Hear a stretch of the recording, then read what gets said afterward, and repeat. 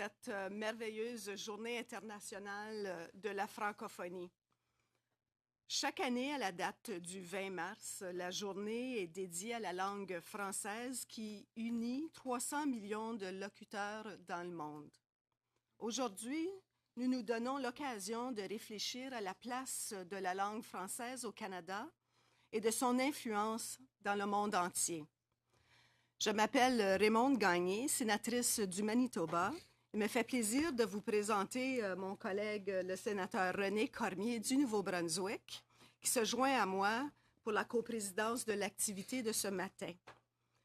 The Open Caucus is a forum for discussion on issues of national importance.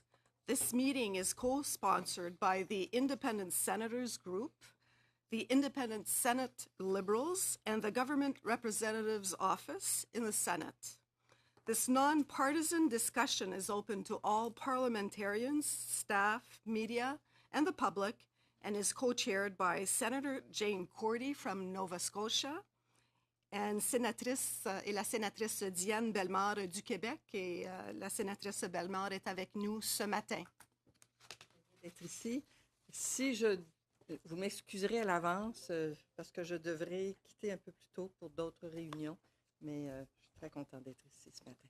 Merci. Just wanted to let you know if you haven't noticed, but there is coffee available just right outside this room, and for the people that need translation, it is available. Just to mention that Channel 1 is for English and Channel 2 is for French. And we encourage your participation. If you would like to make a comment, ask a question, just let me know and we'll put you on the list. J'aimerais maintenant inviter le sénateur Cormier à prendre la parole. Merci, Madame la sénatrice. Alors, bonjour tout le monde. Bienvenue de si bonne heure pour fêter la francophonie. Je pense qu'on a dans nos communautés des gens dédiés et engagés dans la francophonie. Alors, bienvenue. Le Canada célèbre évidemment cette année le 50e anniversaire de l'adoption de la première loi sur les langues officielles qui a reconnu le français comme langue officielle, au même titre que l'anglais, dans le développement et l'épanouissement de la société canadienne. Cette reconnaissance fut renforcée par l'adoption en 1982 de la Charte canadienne des droits et libertés qui a permis de mieux protéger les droits linguistiques des communautés francophones et anglophones au pays. Au niveau international, le Canada assume un rôle important au sein de l'Organisation internationale de la francophonie. Fondée en 1970, l'OIF, qui regroupe 88 États et gouvernements ayant le français en partage, a entre autres le mandat de promouvoir la langue française et la diversité culturelle dans un contexte bien particulier. En effet, bien que la langue française soit la 5e langue la plus parlée dans le monde et qu'elle pourrait être pratiquée par quelques 700 millions de personnes en 2050, elle a souvent le statut de langue minoritaire dans les pays où elle est parlée. Tant au Canada que sur la scène internationale, ce statut pose des défis importants quant à son utilisation et à sa reconnaissance comme langue moderne et inclusive, aussi essentielle au développement économique, social et culturel des pays que le sont les langues majoritaires. Au Canada, on assiste depuis quelque temps à une remise en question de certains des acquis des communautés de la langue française. Aussi, en prenant en compte le contexte multiculturel du Canada, l'engagement du gouvernement à vouloir protéger et revitaliser les langues autochtones et les rapports de force qui existent entre les majorités et les minorités, en reconnaissant la coexistence des droits individuels et des enjeux linguistiques collectifs, comment assurer le développement et l'épanouissement continu de la langue française et des communautés et s'épanouit au Canada? Voilà la question principale qui est posée.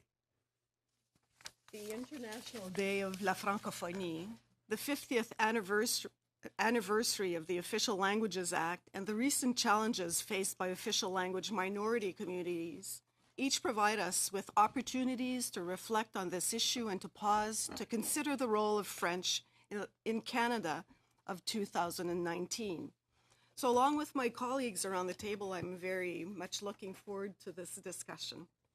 Notre première panéliste ce matin est la professeure Stéphanie Chouinard. Dr. Stéphanie Chouinard est spécialiste des droits des minorités linguistiques au pays. Elle est professeure adjointe de sciences politiques au Collège militaire royal Kingston depuis 2017. Ses recherches portent sur les régimes linguistiques, les droits des minorités et des Autochtones et le rapport entre droit et politique. Elle enseigne dans les domaines de la politique canadienne, de la politique comparée et de la géographie politique. Alors, professeur Chouinard, à vous de lancer cette belle discussion. Bonjour tout le monde. Merci beaucoup pour l'invitation. Bonne journée internationale de la francophonie. Ça me fait vraiment très plaisir d'avoir été invitée au caucus ouvert où on aura l'occasion de réfléchir ensemble à la place et à l'avenir du français au Canada. C'est une question qui me semble particulièrement dans l'air du temps dans les dernières semaines, les derniers mois. D'une part, bon, comme on le sait, certaines de nos communautés ont été ébranlées l'automne dernier avec des décisions qui ont remis en question certains acquis importants. D'autre part, nous sommes à l'orée du 50e anniversaire de la loi de la première version de la loi sur les langues officielles et les demandes qui visent une modernisation de la loi fusent de toutes parts, tant évidemment du Sénat avec les travaux du comité permanent aux langues officielles que du commissariat aux langues officielles, évidemment la Fédération des communautés francophones et acadiennes ainsi que le Québec Community Groups Network. Donc, j'aimerais ce matin prendre l'opportunité du caucus ouvert pour faire un état des lieux, prendre la mesure du chemin parcouru depuis 50 ans, mais aussi afin de nous projeter dans l'avenir. Et je vous propose aussi en conclusion de réfléchir au rôle que la francophonie devrait peut-être avoir au sein du Canada d'aujourd'hui et de demain, notamment dans la réconciliation avec les peuples autochtones. On peut se réjouir du fait que le français a certainement pris du galon au Canada, dans l'esprit des Canadiens et des Canadiennes depuis 1969. À l'époque, il est bon de se le rappeler, l'idée d'une loi sur les langues officielles était loin de faire l'unanimité parmi la population et plusieurs fausses idées circulaient quant au but de cette loi. Parmi ces mythes, on retrouvait l'idée que tous les Canadiens devraient devenir bilingues, que la fonction publique en entier serait désignée bilingue, et certains de ces mythes-là ont la vie dure. Mais il faut aussi se souvenir que la première version de la loi sur les langues officielles n'était pas justiciable et qu'il a fallu attendre en 1988 pour que certaines parties de la loi seulement ne le deviennent. En 2005, on a vu l'engagement du gouvernement fédéral envers l'épanouissement des communautés de langue officielle et la promotion des deux langues officielles renforcée du point de vue légal, ou du moins, c'est ce qu'on croyait jusqu'en 2018 avec le jugement Gascon. L'année 2018, en règle générale, n'a pas été une année facile pour la francophonie canadienne, mais ce fut aussi une année de solidarité renouvelée entre ces différentes communautés qui en font partie. La vague de soutien d'est en ouest au nord du pays envers notamment les Franco-ontariens et la dénonciation des propos antibilinguisme d'une certaine partie de la classe politique au Nouveau-Brunswick, par exemple, a été remarquée, la communauté majoritaire y mettant parfois même du sien. Que le Canada anglophone et francophone dénonce d'une même voix ces décisions ayant des impacts réels sur les communautés francophones en situation minoritaire, cela indique qu'un changement de perception important s'est opéré depuis 50 ans. Que le français, surtout à l'extérieur du Québec, n'est pas seulement une langue du domaine privé, mais aussi une langue qui a sa légitimité dans l'espace public. On constate une progression vers l'égalité, bien qu'il reste évidemment beaucoup de chemin à faire afin que cette égalité soit bel et bien réelle. On peut aussi se réjouir du fait que cette progression fait maintenant largement consensus parmi les Canadiens de toute origine.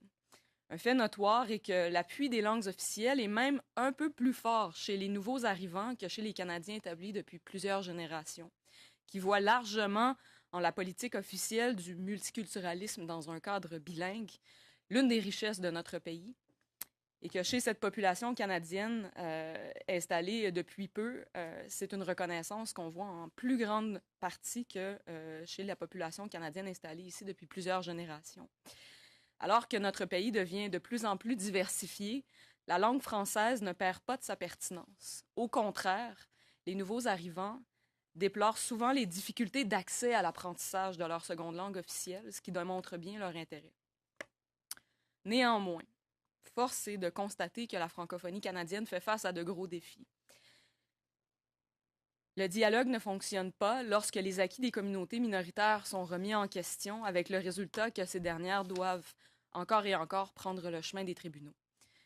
Nos communautés francophones ne grandissent pas à la même vitesse que la population du reste du pays, perdant son poids démographique en proportion avec la majorité. Nos régions traditionnellement francophones, qui sont des régions souvent rurales, se vident au profit des grands centres où les francophones sont souvent amalgamés dans la diversité multiculturelle, devenant une minorité parmi tant d'autres. Les transferts linguistiques, aussi connus sous le nom d'assimilation, font encore des ravages dans certaines provinces, contrecarrant la croissance des communautés minoritaires. Et la cible de 5 % de nouveaux arrivants francophones sur laquelle se sont entendus les provinces et le gouvernement fédéral, même si elle était atteinte, ce qu'elle n'est pas, ne sera pas notre planche de salut. La modernisation de la loi sur les langues officielles ne sera pas non plus une panacée. Et ça, c'est un élément qui m'inquiète un peu des discussions qui ont lieu en ce moment. L'engouement pour la modernisation de la loi sur les langues officielles nous fait oublier qu'un nouveau cadre législatif ne sera pas le remède à tous nos maux. On peut certes revoir le texte de loi, c'est important de le faire, de revoir, par exemple, les pouvoirs du commissaire aux langues officielles, de renforcer les obligations des ministères et des agences. Mais s'il n'y a pas de volonté politique réelle de mettre en œuvre de façon sérieuse cette loi par le législateur, le travail et l'impact de la modernisation sera mitigé. Déjà, en date actuelle, si le législateur souhaitait réellement mettre en œuvre certaines parties de la loi avec le texte qu'on a actuellement, je pense évidemment notamment à la partie 7 de la loi, par l'entremise d'un règlement, par exemple, comme l'avait proposé le jugement Gascon, la loi actuelle aurait un impact décuplé par rapport à celle qu'elle a en ce moment. Et ça me semble un angle mort du discours actuel sur la modernisation de la loi, le fait qu'au-delà du texte de loi, nous aurons besoin que le législateur démontre une volonté d'agir.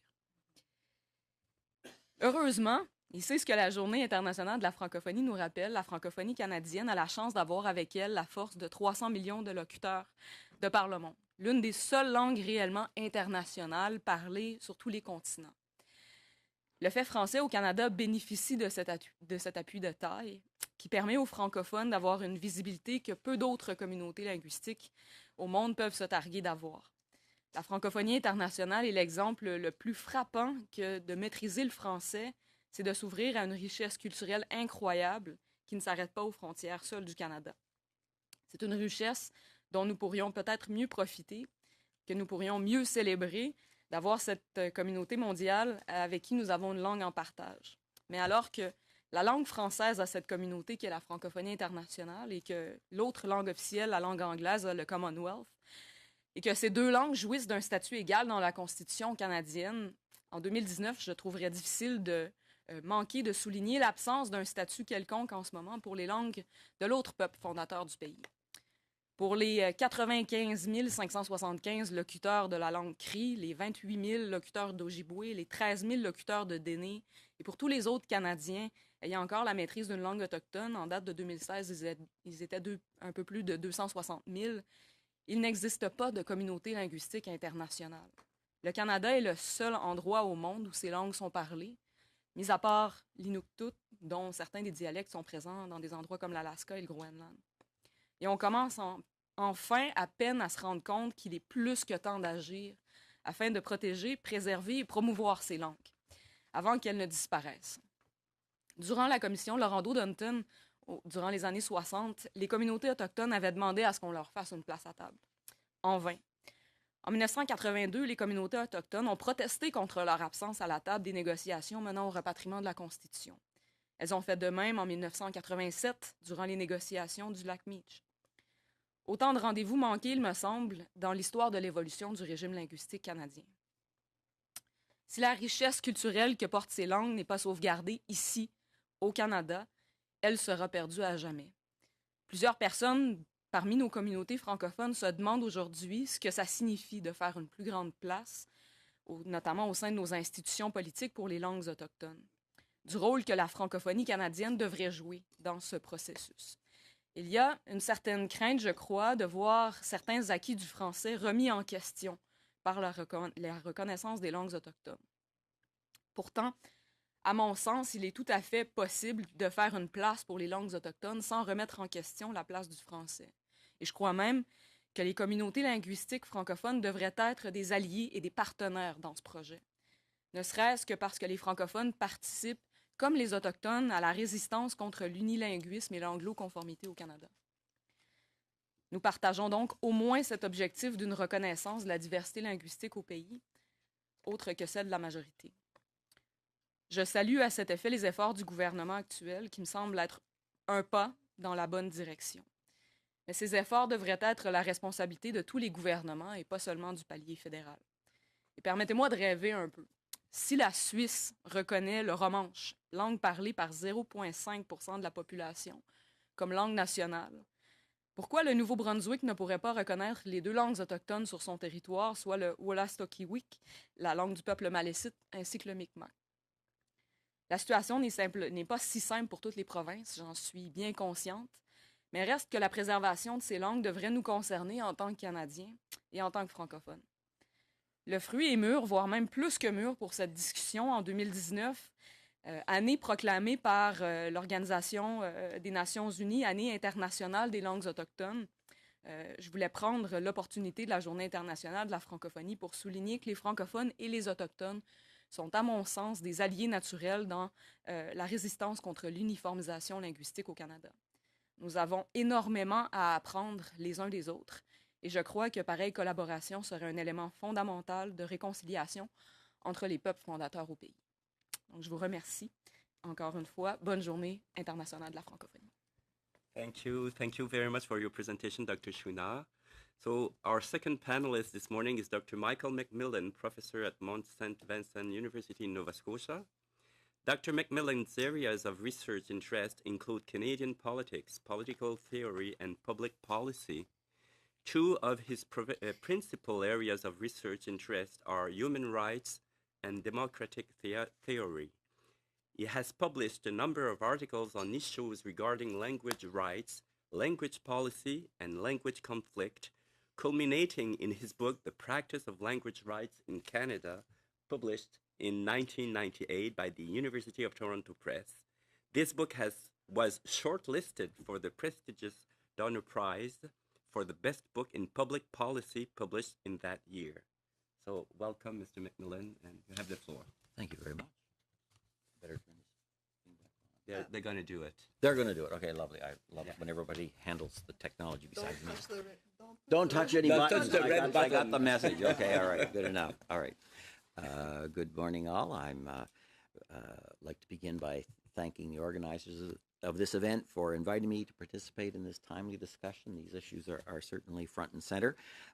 I'm going to speak specifically to whether or not the Official Languages Act is accomplishing its objectives, and possibly from that speak to some broader concerns and link up a little bit with Stephanie's comments about vitality to some degree.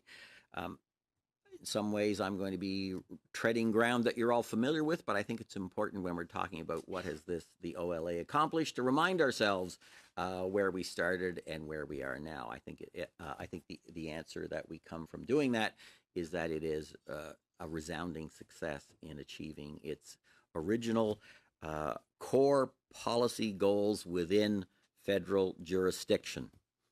A carefully phrased statement of achievement there, which rules out possibly other elements of discussion. As you all know, the By and By Commission report flagged some fundamental problems back in the 1960s concerning the status of the French fact in the Government of Canada.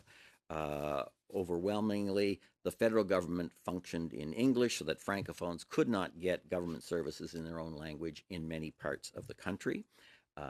Within the public administration itself, Francophones were systematically underrepresented in the federal public service, both in terms of overall presence and in terms of their distribution in the hierarchy of the public service. It was almost an inverse correlation between the level of the position and the percentage of Francophones occupying it.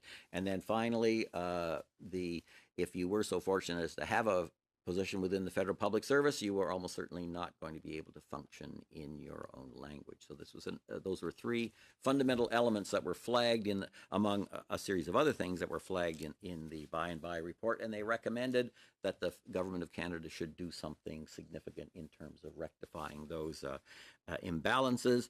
And the Official Languages Act was the principal, but not the only policy response to achieve progress in those areas.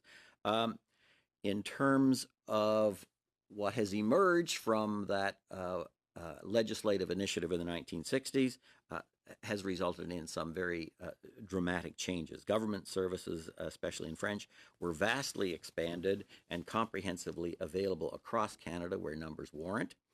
The annual reports of the Commissioner of Official Languages gives rather strong evidence to this effect.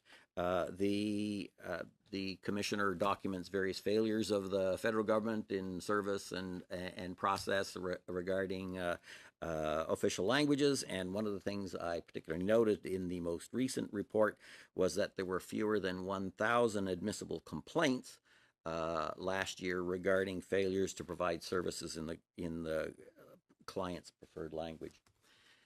I don't know how many million service events happen within the federal government across its various departments and agencies in the course of the year. My very rough guesstimate is there's at least 5 million.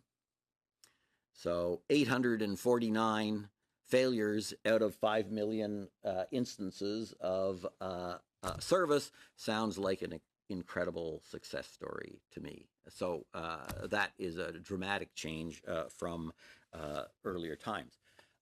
In terms of the Francophone presence in the public service, the facts have been in place for some time, certainly in relation to achieving equitable participation. The Francophone presence either achieves that goal target or exceeds it. So overall, it's 26.3% presence, and within the core public administration, it's 31%. And those stats come from the Treasury Board annual report on official languages. So in that second area, it's made a dramatic change from what was the case when the legislation was passed in the first place. Regarding making both official languages languages of work within the federal public service, that has proven to be a rather intractable problem and remains a work in progress. And I suppose the thing to note there is that at a minimum, the situation has moved dramatically beyond what it was in the 1960s when they started working on this thing. Work instruments, there's been a more elaborate attempt to achieve those goals, though they certainly aren't in the same place as the first two that we mentioned. So there's that's definitely remains an area of endeavor. Now, above and beyond the OLA, but stemming from the same set of concerns, I think it's really important to emphasize that there are critical policies for official language community support entrenched in the Constitution that affects all provinces, and that is specifically Section 23 of Entitlement to Official Language Minority Education.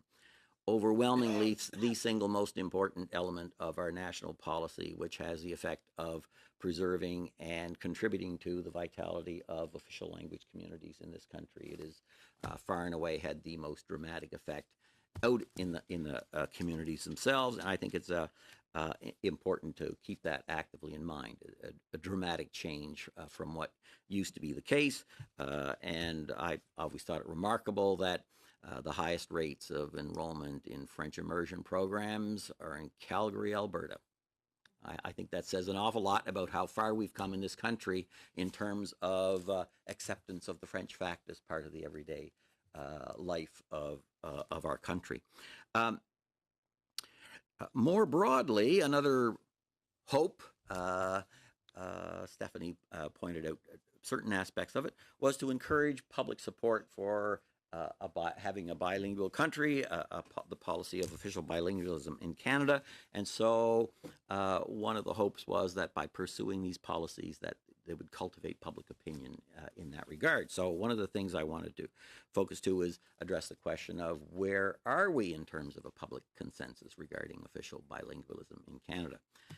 some specific instances notwithstanding, I think one of the things that has been very clear is that there is a substantial public consensus has been achieved on the original core principles of the Official Languages Act. The majority of English and French Canadians believe everyone should have access to federal government services in their own language, and they have so believed for a very long time. But the extent of the commitment to that has been growing over time, as reflected in the public opinion polls that have developed. So this is part of the good news story here. Now, as of 1988, there have been a series of amendments to the Official Languages Act that have targeted a goal of enhancing, of contributing to the vitality of official language communities in the country. So one of the questions of interest is, how does this fit with the public consensus that exists? So Heritage Canada did a survey in 2016. Probably most of you have already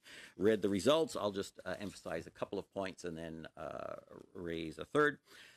In those surveys, there were two areas of majority support that emerged among both Anglophones and Francophones on what areas would they like to see enhanced through the extension of the OLA. One was to expanded access to federal government services in the client's preferred language, because it's not universal, though it is extensive. And the second was to improve access to quality education for official language minorities, i.e. extensions of the traditional activities that have been done. Regarding broader action to support the vitality of official language minority communities, a majority of Francophones, 59%, and a plurality of Anglophones, 47%, support such initiatives. So there's a less robust consensus on activities on that front, at least as revealed in that one survey, but something around a basic majority of the public seem to be on side.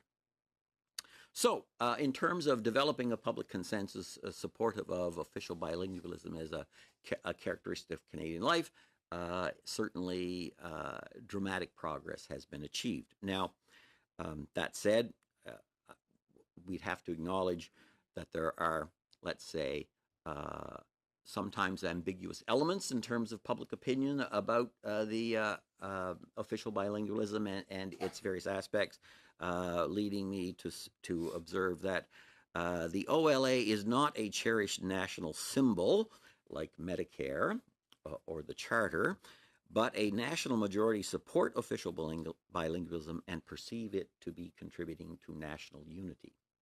Two really important components, and these are noteworthy and welcome developments, and the OLA has contributed and continues to contribute substantially to these achievements. Thank you. Thank you so much, Dr. McMillan, for those thoughtful presentation. I'm sure that's going to, ça va susciter des questions, certainement, suite à, quand on sera rendu à la période de questions. And our closing presentation will be given by Professor Benoît Pelletier. Benoît Pelletier est avocat de formation et professeur de droit constitutionnel à la section de droit civil de l'Université d'Ottawa. Il a été député de la circonscription de Chapleau en Outaouais de 1998 à 2008, puis ministre du gouvernement du Québec de 2003 à 2008, responsable notamment des affaires intergouvernementales canadiennes, de la francophonie canadienne, des affaires autochtones et de la réforme des institutions démocratiques. Il est l'auteur de nombreuses publications à caractère scientifique. Il a aussi prononcé de nombreuses conférences au Canada et à l'étranger. Alors, je vous cède la parole, professeur Benoît. Merci. Benoît, professeur Pelletier, pardon. Merci beaucoup de m'avoir invité à prendre la parole aujourd'hui en cette journée qui est une journée symbolique, n'est-ce pas, et qui est une journée importante pour les francophones du Canada, les francophiles et pourquoi pas, tiens, pour l'ensemble des Canadiens. La langue française, vous savez, m'habite littéralement, comme elle habite un certain nombre d'entre vous probablement. Elle me définit en bonne partie. Elle me donne accès à tout un monde. J'oserais dire, étant donné la vocation internationale du français, que cette langue me donne accès au monde.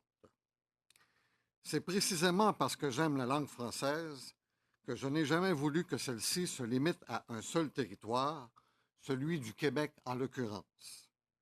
Je veux au contraire que la langue française rayonne. En ce sens, je me réjouis que le français soit parlé dans tout le Canada et même au-delà du Canada, comme on le sait. Bien, ça résume en fait la philosophie dont j'étais porteur pendant ma carrière politique en matière de francophonie canadienne.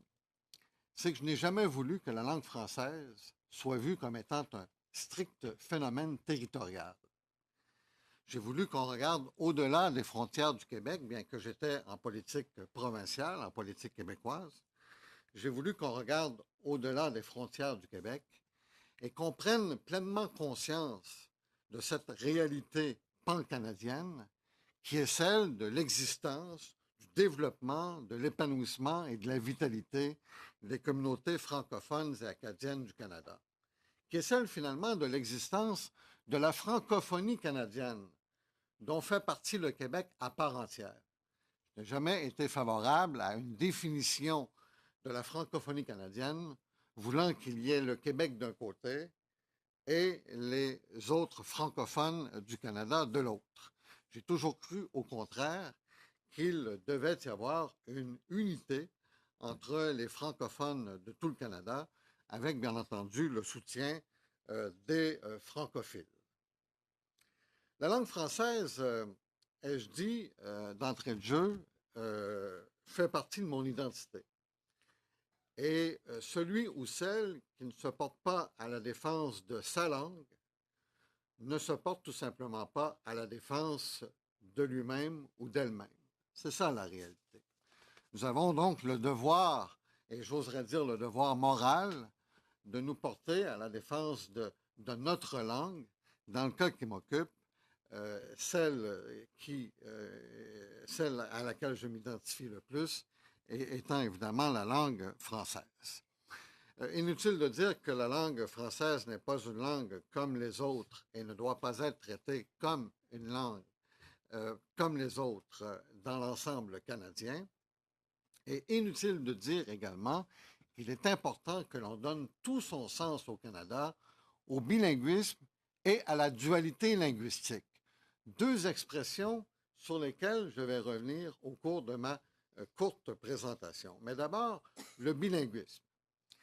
Comme vous le savez, le bilinguisme repose sur la présence au Canada de deux langues officielles, jouissant d'une égalité théorique, d'une égalité juridique et constitutionnelle, en termes d'usage et en termes de statut.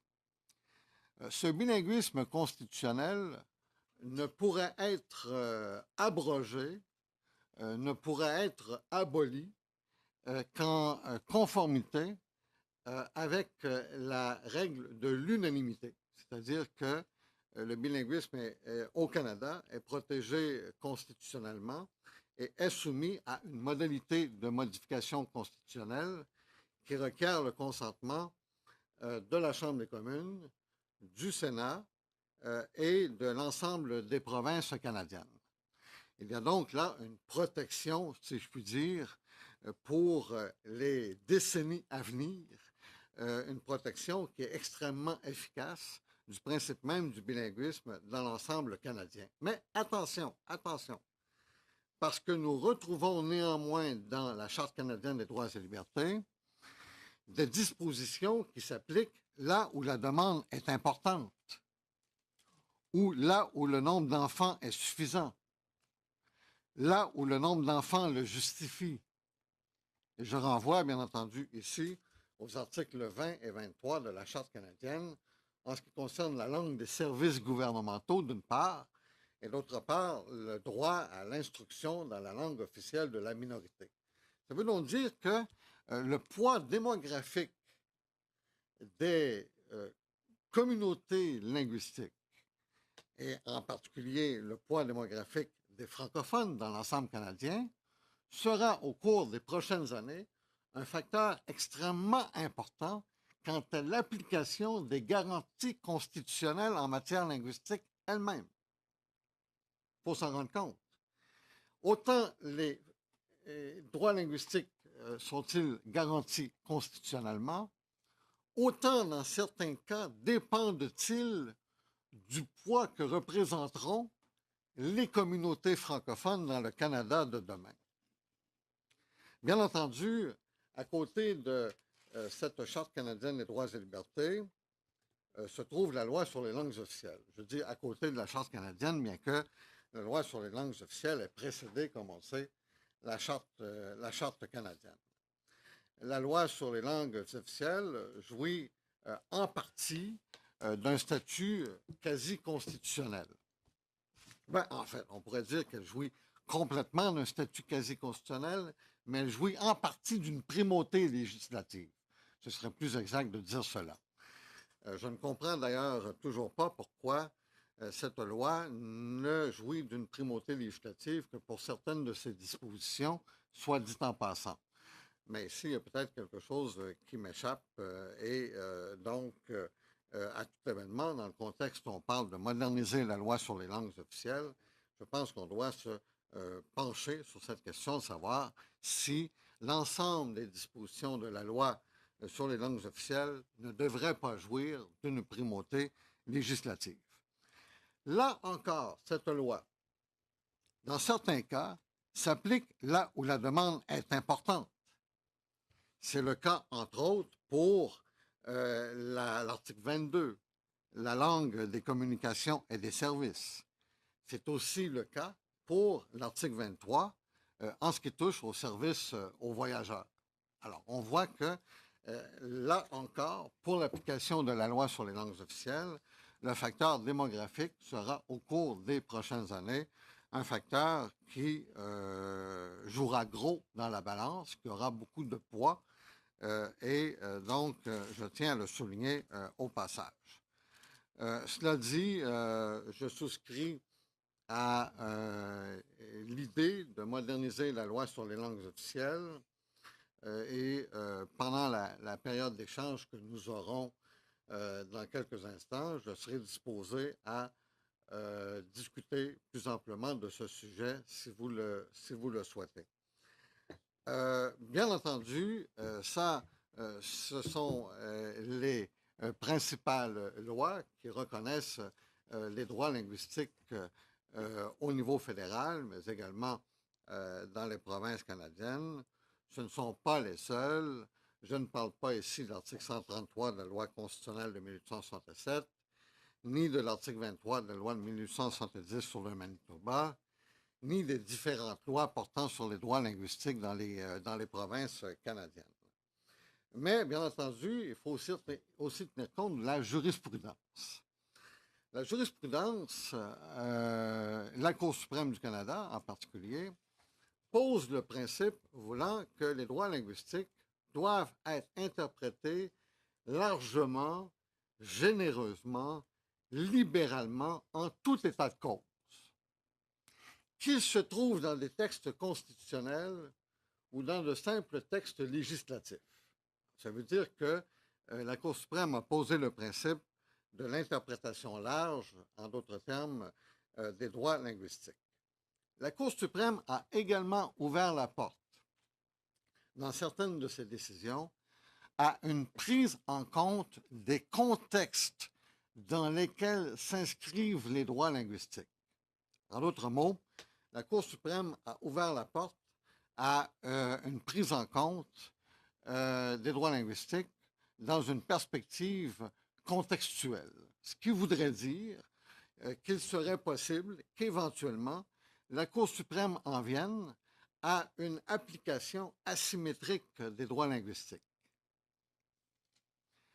Je ne peux pas dire à la lumière de la jurisprudence, bien que la Cour suprême tienne compte des contextes des différentes provinces canadiennes, y compris du contexte particulier du Québec, je ne peux pas dire que la Cour suprême a, jusqu'à présent, établi une jurisprudence en matière de droit linguistique qu'on puisse qualifier d'asymétrique, mais elle a ouvert la porte à une application éventuellement asymétrique des droits linguistiques. Et lorsque je dis que la Cour suprême tient compte des différents contextes, y compris celui du Québec, c'est parce que vous aurez compris qu'au Québec, la langue française, bien que majoritaire, est également une langue minoritaire dans l'ensemble canadien et donc évolue dans un contexte social, socio-démographique, enfin, tout à fait particulier.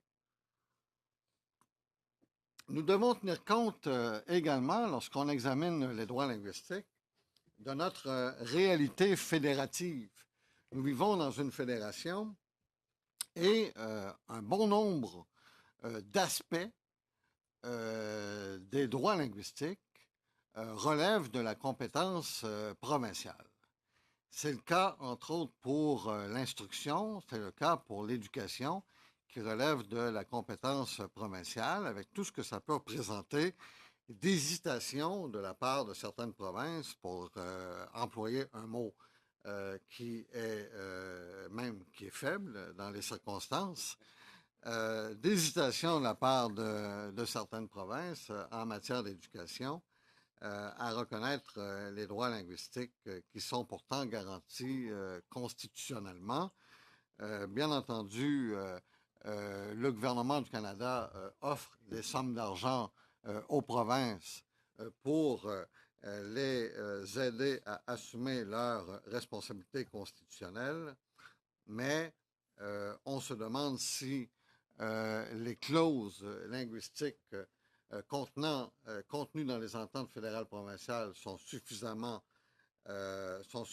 exigeantes, d'une part, et on se demande également s'il ne devrait pas y avoir un renforcement du processus de reddition de comptes de la part des provinces en ce qui concerne l'usage qu'elles font de l'argent provenant d'Ottawa.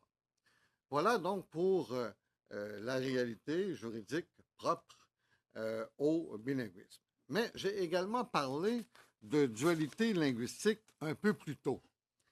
Cette dualité linguistique peut être définie comme étant caractérisée par la présence de deux groupes linguistiques majoritaires qui coexistent dans un même pays, le Canada, où les communautés de langue minoritaires sont réparties sur tout le territoire.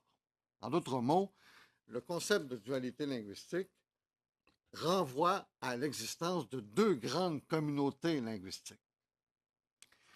Et bien entendu, une communauté anglophone et une communauté francophone, des communautés que jadis on appelait de grandes sociétés d'accueil.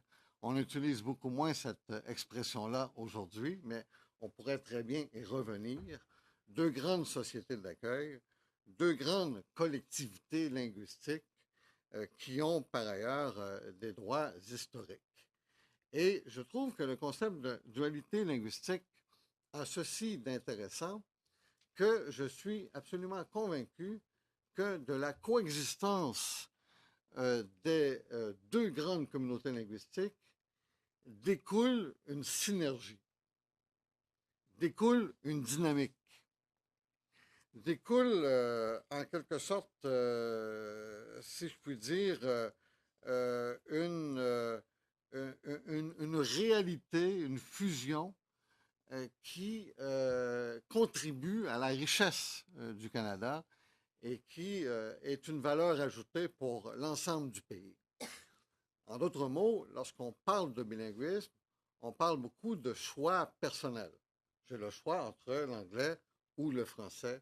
Lorsqu'on parle de dualité linguistique, là, on parle de cohabitation de deux groupes linguistiques, l'un ayant une influence sur l'autre, et ces deux groupes ensemble créant une synergie spéciale qui, dans le fond, est devenue, avec le temps, une caractéristique fondamentale du Canada. Cela étant dit, en terminant, je soulignerai que, à mon avis, il n'y a absolument rien d'incompatible entre le bilinguisme et le multiculturalisme. Chacun évolue dans sa zone. En fait, j'oserais même dire que la langue française est elle-même multiculturelle. La langue française est faite d'une foule d'accents, d'une foule de prononciations, d'une foule de mots qui varient d'un pays à l'autre, d'une foule de cultures, d'une foule de races. Alors, la langue française elle-même a un côté pluriculturel ou, si vous voulez, multiculturel. Quant aux langues autochtones, je vous dirais que je rappellerai l'article 22 de la Charte canadienne des droits et libertés qui dit que les articles 16 à 20 n'ont pas pour effet de porter atteinte aux droits et privilèges antérieurs ou postérieurs à l'entrée en vigueur de la présente charte et découlant de la loi ou de la coutume des langues autres que le français ou l'anglais. Alors, donc, la charte ne doit pas être interprétée comme enlevant quoi que ce soit aux langues autochtones. Bien entendu, Stéphanie, cependant, a posé une question qui allait beaucoup plus loin que cela, qui était celle de la reconnaissance formelle des langues autochtones comme langue officielle dans ce pays. Évidemment, cette question-là est une question qu'il va falloir également, à laquelle il va falloir répondre au cours des prochaines années. Et j'ai assisté récemment à un colloque à l'Université d'Ottawa sur la francophonie canadienne et la plupart des conférenciers, à la lumière de la grande solidarité que les coupes de Doug Ford a provoqué dans tout le Canada, entre les francophones et les francophiles, plusieurs conférenciers ont parlé d'un retour du concept du Canada français. Alors, quant à moi, je ne suis pas allé aussi loin, mais je suis probablement, je suis d'avis, disons, que le concept de Canada français, chez les francophones, fait partie de l'inconscient collectif et peut expliquer donc les réveils, les coups de cœur, la solidarité que nous avons vu se déployer au cours des dernières semaines par rapport aux enjeux franco-ontariens. Merci. Merci beaucoup, professeur Pelletier, pour, je pense, venir enrichir notre réflexion par rapport à la place du français au Canada et aussi de l'influence que nous avons ici sur le territoire canadien. Et ce que j'aimerais faire maintenant, c'est d'ouvrir la période de questions, puis pour les gens, s'il vous plaît, laissez-moi savoir si vous voulez poser une question. Je vais commencer avec le sénateur Mercer. Vous avez levé la main. Vous étiez un des premiers, alors je vous cède de la parole, puis ensuite, je vais faire appel au sénateur Joyal. Merci beaucoup, Madame la Présidente. I want to congratulate everybody for the progress that we've made since the adoption of the Official Languages Act. But I want to draw your attention to the fact that because we've made progress, that means that we need to be diligent in maintaining that progress that we've made or maintaining traditions that have happened. I raised this issue last night in the Senate, and I'll raise it here today amongst people who should have a great concern. I'm a senator for Nova Scotia. There are 10 senators from Nova Scotia. In my lifetime, this is the first time when we've had a full complement of senators from Nova Scotia appointed that there's not been a francophone among those 10. The Acadian population in Nova Scotia is an extremely important part of our culture, important part of our province. And through this new method that the Prime Minister has created to appoint senators, it may or may not be, the two colleagues here are products of that system. It may or may not be a good thing. I don't know in the long run. But traditions need to be honored. Minority groups need to be protected in the appointment process, not just of senators, but in other appointed bodies, to make sure that the linguistic groups don't go unrepresented. If this were Quebec and there was no Anglophone senators from Quebec, all hell would be breaking loose. Quite frankly, this is Nova Scotia. There are 10 senators for Nova Scotia, and none of them are Acadians. I apologize for my intervention in English only, but I can assure you that the French language is doing much better in my family since the official languages came in. With my son, my daughter-in-law, and my 2 grandchildren. My grandchildren will be educated in the second language. So I have to run off to the same meeting Senator Bellemare just ran off to. But I didn't want to leave without making sure that you were aware of the problem and need to draw the attention of others to the problem. These traditions are important. For example, in Manitoba, it's always been a tradition that at least one of the senators from Manitoba, Senator Gagné, be a francophone. We can't lose that ground that's already been there. So in my province, until I retire, because I'm the next. I think the next to retire from the 10 in a couple of years. Hopefully, when I go, that if they haven't fixed it by then, that they'll fix it by appointing a francophone to replace me. But you need to draw the attention of government to focus on.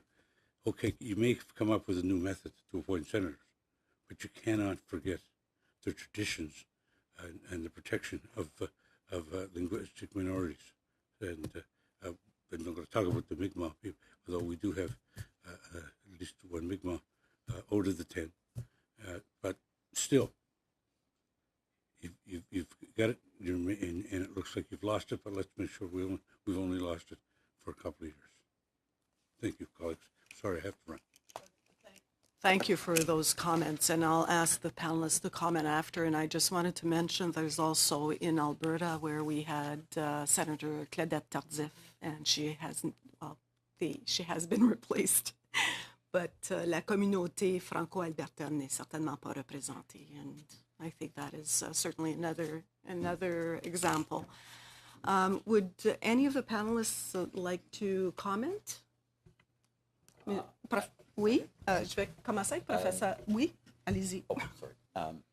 I guess I could have said exactly the same thing that the senator did, that in my family has benefited dramatically from the Official Languages Act. Both of my sons graduated from French immersion, and one of the really interesting things about them starting, I mean, we're in Fall River, Nova Scotia, which does not have an identifiable francophone component. I mean, there are a few, they're among our friends, but I mean, nothing that would show up on any kind of eligible for where numbers warrant thing.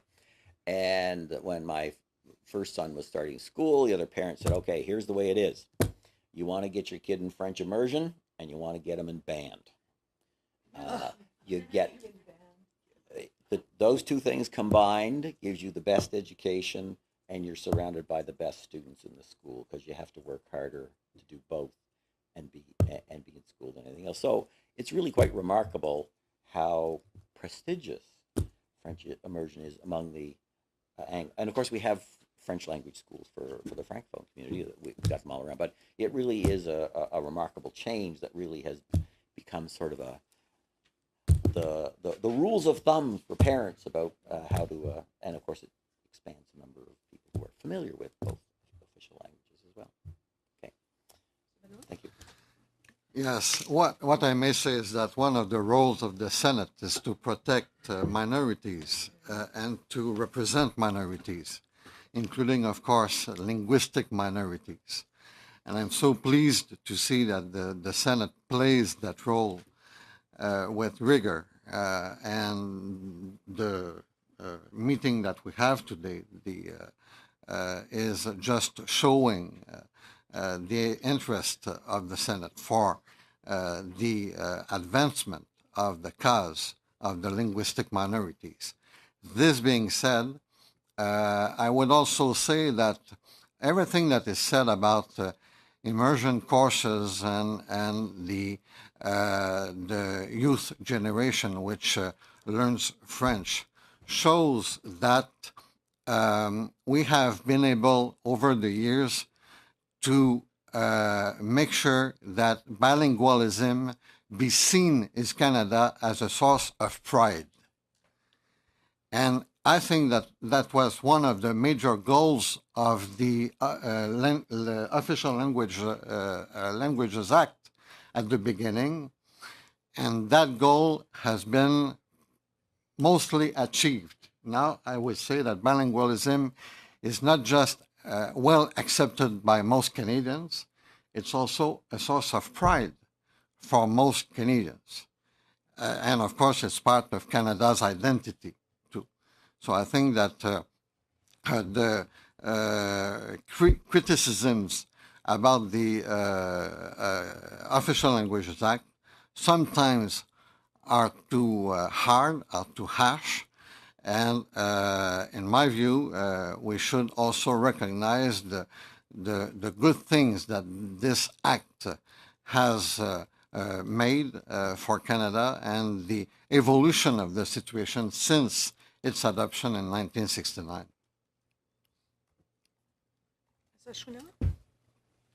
Dr. McMillan, as a former BEN member, I really appreciate your comment. Oui, la question des conventions constitutionnelles, notamment sur les nominations au Sénat, c'est une des questions que, bon, je ne crois pas qu'on peut légiférer dans ce domaine-là, mais on a certainement tous et toutes non seulement un intérêt, mais un devoir, je crois, de rappeler les législateurs, on les voit, on les regarde et qu'on s'attend à ce que nos communautés soient représentées dans nos institutions, tout particulièrement au Sénat, considérant le fait qu'on n'a pas de quotas aux communes et que, bon, exception faite de quelques circonscriptions qui sont considérées comme protégées comme Acadie Bathurst, par exemple, on n'a pas de siège désigné pour les communautés francophones aux communes. Les programmes d'immersion au Canada, c'est peut-être l'un des angles morts et je pense qu'on est en train de devenir de plus en plus au fait de la problématique de l'immersion. Bon, d'une part, le commissaire aux langues officielles a sorti un rapport important sur les pénuries d'enseignants qualifiés pour les programmes d'immersion. Et je me souviens, j'ai eu une discussion avec l'une de vos collègues, la sénatrice Jaffer, qui semblait inquiète du fait qu'il n'y avait pas un droit à l'apprentissage de la seconde langue officielle pour la majorité, comme pour la minorité, les francophones au Canada. Ça se passe parce que, bon, on nous apprend l'anglais sur nos bancs d'école, mais aussi à cause de la société ambiante pour la grande majorité de nos communautés. Mais il n'y a pas de droit à l'enseignement et à l'apprentissage de la seconde langue officielle pour notre majorité au Canada. Avec le résultat que, bon, il y a des parents qui souhaiteraient que leurs enfants aient accès à l'immersion. C'est pas disponible partout. Les programmes sont presque pleins partout où ils sont offerts. On sait très bien qu'il y a des ratés avec les programmes d'immersion. Il y a des programmes d'immersion qui ont des résultats phénoménaux. Les élèves sortent de l'école secondaire avec une capacité dans leur langue française qui est très bien, mais il y a des endroits où c'est pas le cas. Et c'est très frustrant, je pense, pour la communauté majoritaire. C'est peut-être quelque chose qu'on devrait considérer du point de vue de la majorité, puisque cet intérêt-là est très présent. Et pourquoi on ne devrait pas bâtir là-dessus. Et c'est quelque chose qui m'inquiète d'ailleurs de voir que dans une province comme le Nouveau-Brunswick, les programmes d'immersion sont en train de devenir un pion politique. On joue avec les programmes d'immersion, on remet en question le programme d'immersion vu justement ces ratés-là. Alors que s'il y a des ratés, à mon sens, ça devrait être le signal qu'on devrait réinvestir dans ces programmes-là et pas désinvestir dans les programmes. Donc, c'est une question qu'on devrait se poser plus sérieusement par rapport aux langues officielles. Merci beaucoup. Sénateur Joyal. Merci, Madame la Présidente. I would like certainly to thank Professor McMillan for the comments and the Professeur, évidemment, Pelletier et Madame du Collège militaire royal de Saint-Jean. I want to submit to you a certain number of comments or observations. La première, c'est que la langue au Canada, c'est politique. I don't know if you understand in English what I mean. Languages in Canada is political. It's not essentially cultural. When I mean that political, it's because you are essentially having two groups fronting one another. There's a social dynamics, there's an economic dynamics, and there is a political dynamics. Political dynamic that is a fight to be in the center of the power. And when you presented the Official Languages Act, I was there at that time, and it was not only to allow the three objectives of, you can be served in French or in English as you want, you can work in the federal service, and you can have a fair share of the federal job. It was more than that. It was to allow the Francophone to be part of the exercise of the federal power. And the power is never given to anybody. The power is grabbed. The power is, you got the power because you fight for it. And that's the essential elements of the dynamics that is, in my opinion, at the base of the ideal of linguistic equality. And I have lived that for the last 50 years. And I remember very well, I was myself interested in federal politics by Jean Marchand, who was the then Minister of Regional Economic Expansion, after having been Minister of Transport, because he wanted to have Canadians, French Canadians, who would be able to have political responsibilities in the government of Canada with the background of federal, of university training, so that they would not be only Minister of Revenue, Postmaster General, and maybe sometime one Minister of Justice, as Ernest Lapointe was, and as some have been in the past. In other words, you remember very well that when Jean Chrétien became the first Francophone finance minister, the first Francophone foreign affairs ministers, up to then, Francophones have been barred from the important portfolio of the federal administration. So when I say to you that language is political in Canada, this is the bottom of the dynamics that we live here at the federal center of government. Ça, c'est le premier point que je veux faire. And it is so much so that still today, in 2019, the first 22 constitutional texts of Canada are still unilingual. The Constitution Act of 1867 is still in English only, legally. When you go to the Supreme Court, as Professor Pelletier goes, and myself I go, when I argue in front of the Supreme Court or in front of the Court of Appeal of Quebec, I have to rely on the English version of the original text. That's the only one still officially accepted by the court. So to think that we are living in a dream world at this stage, and we have to fight to get that, I will fight myself to get that. I'm going to sue the federal government. I'm in the process of suing the federal government to compel the federal government and the provinces to subscribe to their obligation of Section 55 of the Constitution Act 1982. I don't want to open this today, but this is still the reality after 50 years of official languages. The fundamental documents that is at the base of the existence of this country is still unilingual English. So we can, pull our braces and think that we are a best example in the world. There's still a long way to go, and we won't get that by the politician only. We will get that by a court order after 50 years. D'où ma conclusion sur ce premier point-là, que les tribunaux ont un rôle essentiel à jouer pour nous protéger et faire valoir nos droits. Notre poids politique n'est pas suffisant pour obtenir ce que loi constitutionnelle, théoriquement, nous permet d'avoir. Sans les tribunaux, nous serions, je ne sais pas where we would be. I don't want even to try to imagine where we're going to be if the court would not have been there in the last 20 years since the adoption of the charter to compel the provinces to allow the right of access to education in one of the two official languages.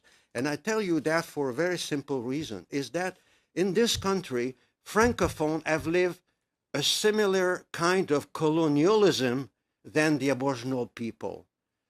Le Nouveau-Brunswick, en 1888, a aboli l'accès à l'école française. L'Ontario, le règlement 17. Le Manitoba, en 90. Les provinces de l'Ouest, les territoires du Nord-Ouest. Et regardez encore la Colombie-Britannique, la Commission scolaire Rose des Vents. Le gouvernement de Mme Christy Clark a dépensé, je ne sais pas, je pense, 1 200 000 en frais judiciaires pour combattre l'existence d'une commission scolaire francophone au cœur de Vancouver. We're still fighting.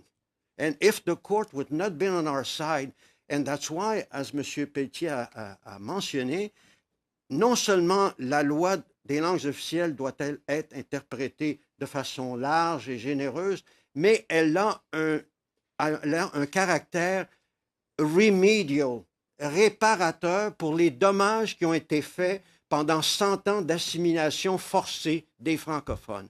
We've been submitted, not dans les pensionnats autochtones, mais on nous empêchait d'aller à l'école en français. On a nié les caractéristiques culturelles des francophones dans ce pays-là pendant 100 ans. So when you go to court on the basis of the Official Languages Act, what do you think you have to argue? You have to argue for the damages that has been inflicted, and today we are very mean. We say, oh, avez-vous le nombre suffisant pour parler français? Je ne sais pas. Ah, vous avez 17 étudiants, c'est pas suffisant, ça en prendrait 26. Alors que fondamentalement, on est en petit nombre parce qu'on nous a obligés à nous assimiler. On ne nous permettait pas d'aller à l'école française. C'était défendu par les provinces. This is the reality. You know, c'est pas plaisant raconter ça aux anglophones au Canada. Ils aiment pas ça, se faire dire ça. Pas plus que moi, comme francophone, j'aime me faire dire que j'étais colonialiste au 17e puis au 18e siècle. C'est sûr qu'on les a colonisés, c'est sûr qu'on les a colonisés, les Autochtones. Quand je vois les Montagnais qui parlent uniquement français, je me dis, ils devraient parler le montagnais. Et c'est pourquoi j'en ai déposé une loi au Canada, madame. En 2009, ça fait 3 fois que j'ai déposé un projet de loi pour reconnaître les langues autochtones. Finalement, le gouvernement a décidé de bouger.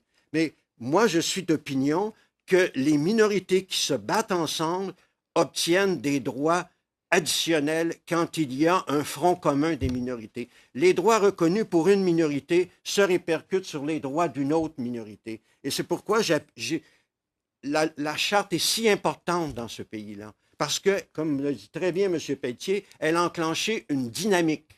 Et la dynamique, elle existe parce que les tribunaux sont là. Et nous pouvons aller devant les tribunaux parce que nous avons un programme de contestation judiciaire. N'oubliez pas, le programme de contestation judiciaire, il était aboli 2 fois. Il était aboli en 1992, puis il était aboli en 2007. Et quand les conservateurs l'ont rétabli, c'est parce qu'ils étaient menacés par le commissaire aux langues officielles, Graham Fraser, d'être poursuivis pour rétablir le programme. There is no generosity in governments. You know, we see it in the Ontario government, the Ford government. Do you think it is a government that is generous with Francophone in this province? I mean, you know, to me, the answer is there. That's the reality. That's why my first conclusion is language is political in this country. And if you leave the floor, somebody else will take it, and you're going to be side and marginalized. That's my first comment. Mon second commentaire, c'est celui relatif à l'unité des francophones au Canada. Moi, M. Pelletier, je m'excuse, je suis plus vieux que vous, mais j'étais présent dans la salle en 1967 aux États généraux du Canada français, quand le Québec s'est séparé des autres francophones au Canada. C'était votre collègue Jacques-Yvan Morin qui présidait l'Assemblée, c'était mon professeur de droit constitutionnel, et le Québec ne pouvait pas rester français si on restait unis comme francophones à travers le Canada. Moi, ma position est très claire. Je suis un Canadien français. Aujourd'hui, je vais me lever au Sénat. Vous savez pourquoi?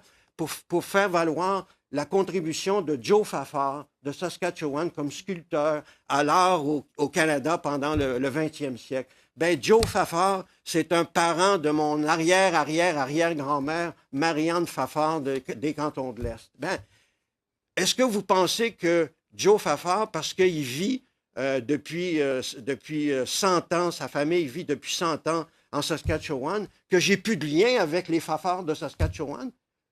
On aurait deux nationalités, je serais un national du Québec, mais je serais pas, lui, dans le même pays, n'aurait pas la même origine historique que moi, il ne parlerait pas la même langue que moi.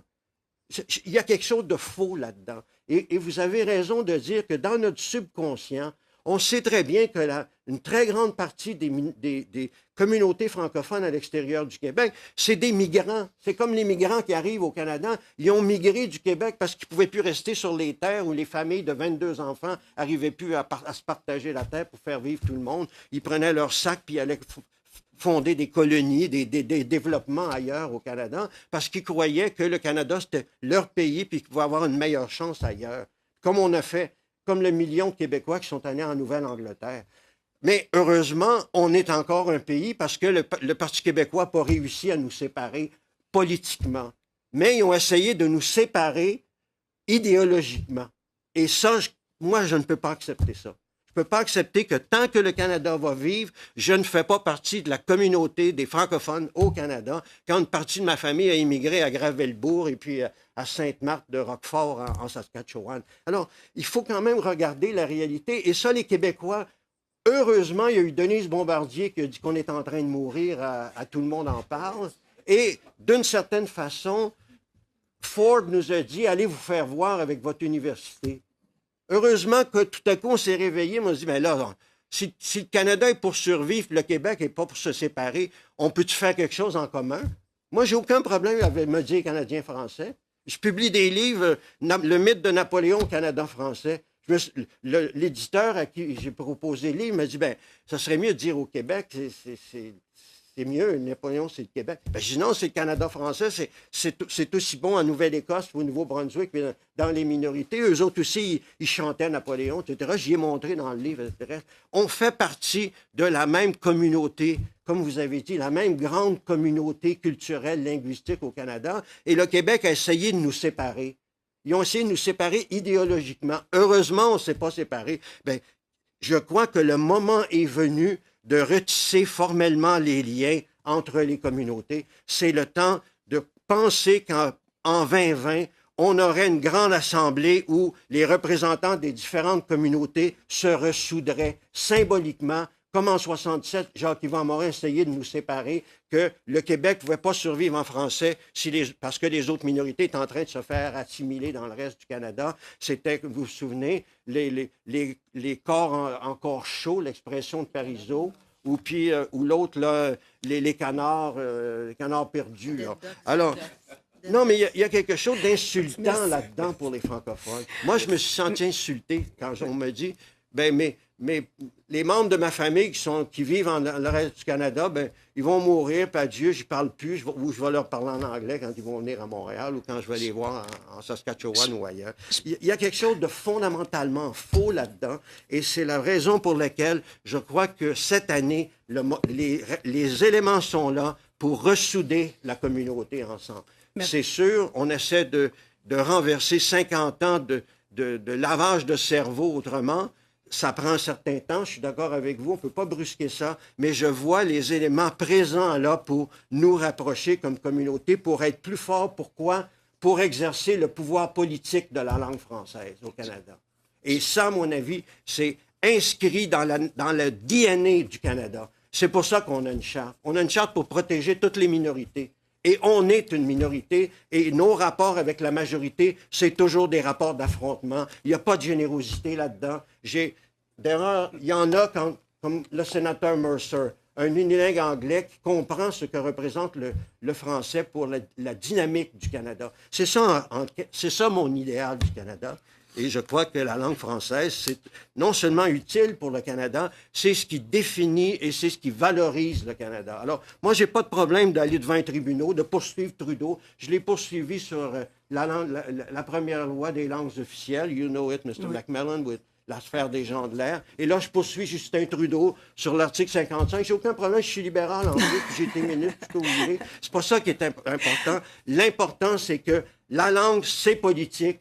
On est en politique pour faire de la politique. Le pouvoir, ça s'arrache. Le pouvoir, ça se prend. Le pouvoir, il faut aller le chercher. Personne ne nous le donne. Et comme francophones, on était affaiblis comme communauté quand le Québec a voulu se séparer sur la base qu'on ne pouvait pas être un vrai Québécois puis être un Canadien en même temps. On a réussi à démontrer à travers les années, en étant dans le maquis, comme on l'a été en politique fédérale et comme vous l'avez été dans le Parti libéral du Québec, à défendre la conception qu'on se fait de ce pays-là. Et la conception qu'on se fait de ce pays-là, vous avez raison, M. le professeur, on a besoin des anglophones pour l'absorber, pour se la faire leur et pour s'en glorifier à travers le monde.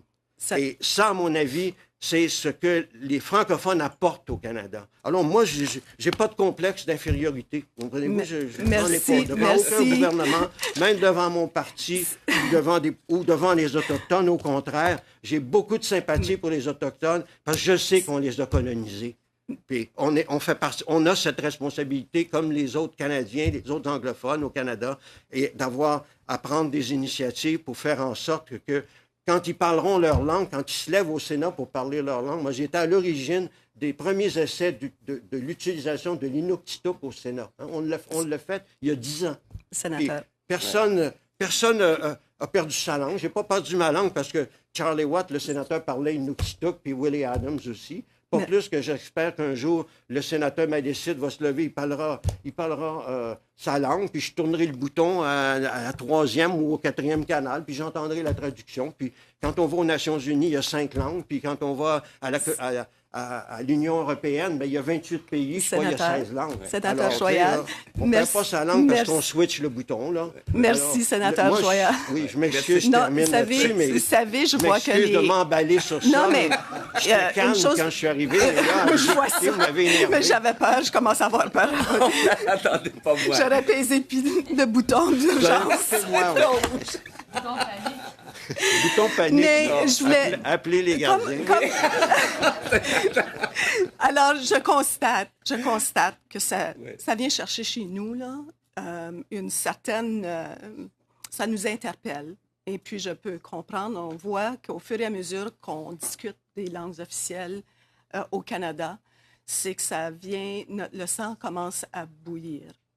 Et je vois que les propos de nos panélistes ont certainement suscité une réaction chez vous.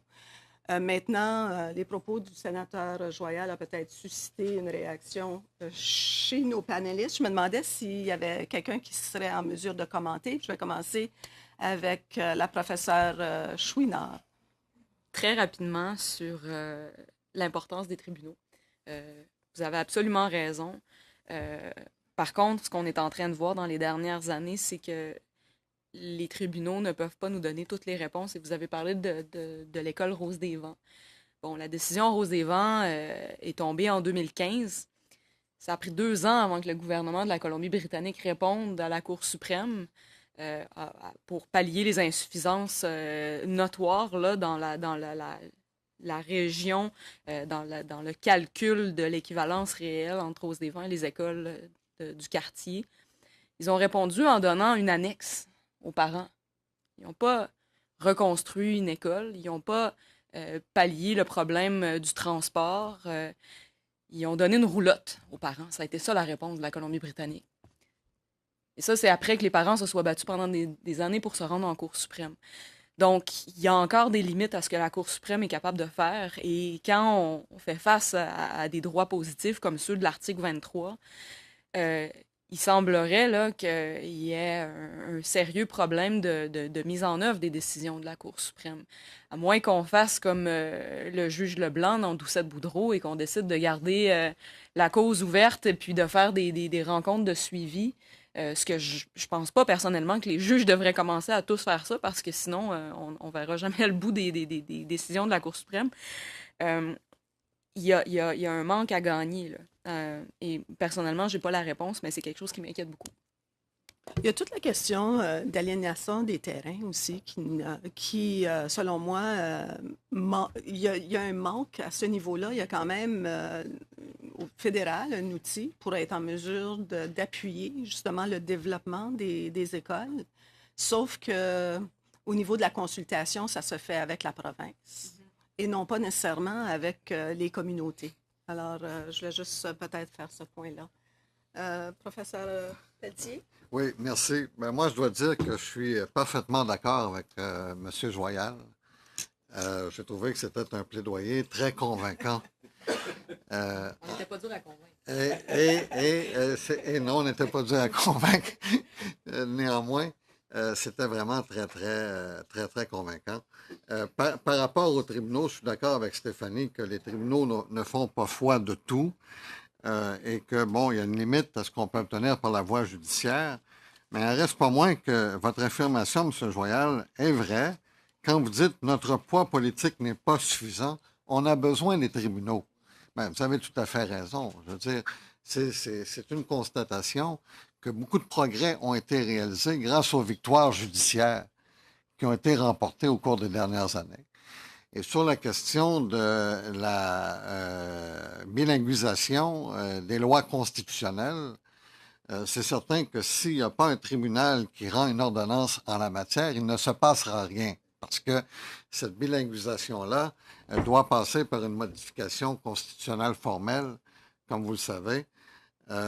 Figurez-vous qu'il y a déjà une traduction en français, qui existe, qui a été rédigé conformément aux obligations constitutionnelles qui incombaient au ministre de la Justice, mais on n'est jamais allé de l'avant avec ce projet-là. Vous avez parlé également des États généraux de 1967. Lors des États généraux de 1967, ces États généraux-là sont reconnus pour avoir marqué la fracture, la cassure entre le Québec d'une part et puis les francophones des autres provinces et territoires d'autre part. Figurez-vous qu'il y avait eu un vote. La cassure tient à un vote sur la question suivante.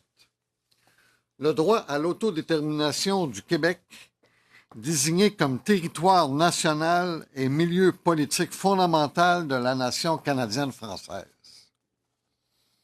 Alors, sur une question comme celle-là, c'est évident que les francophones étaient divisés.